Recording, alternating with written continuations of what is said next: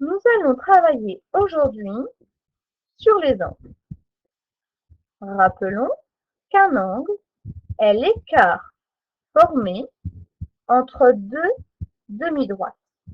On le note avec un accent circonflexe. Il existe différents types d'angles. Pour vérifier la nature d'un angle, on utilise une équerre que l'on positionne sur un des côtés. Si l'angle formé correspond à l'angle droit de l'équerre, c'est ce que l'on appelle un angle droit. On le note en formant un petit carré au niveau de l'angle. Prenons un deuxième angle. En positionnant l'équerre sur un des côtés, on observe que l'angle formé est plus petit que l'angle droit de l'équerre.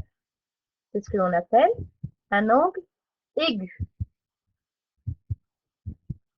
Prenons un troisième type d'angle. En positionnant l'équerre sur un des côtés, on observe que l'angle formé est plus grand que l'angle droit de l'équerre.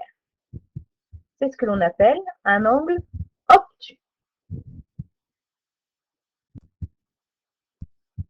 Nous allons apprendre à comparer des angles. Nous voulons savoir si l'écart de l'angle A est plus petit ou plus grand que l'écart de l'angle B. Pour cela, on utilise une feuille blanche que l'on positionne sur un des côtés de l'angle A. Et on découpe la partie en trop pour obtenir une forme qui corresponde à l'angle A. C'est ce que l'on appelle un gabarit. On va ensuite déplacer ce gabarit sur un des côtés de l'angle B.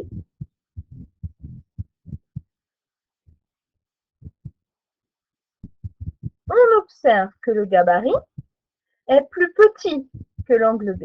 Donc, l'angle A est plus petit que l'angle B. Nous pouvons également apprendre à reproduire un angle. Pour cela, on utilise également un gabarit.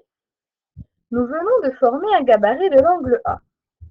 Pour reproduire l'angle A, on va déplacer le gabarit sur une feuille où on veut reproduire l'angle. À l'aide d'une règle et d'un crayon de papier, on va tracer le côté de l'angle en utilisant le gabarit, puis le deuxième côté de l'angle en suivant le deuxième côté du gabarit. Nous avons alors formé l'angle A à l'identique.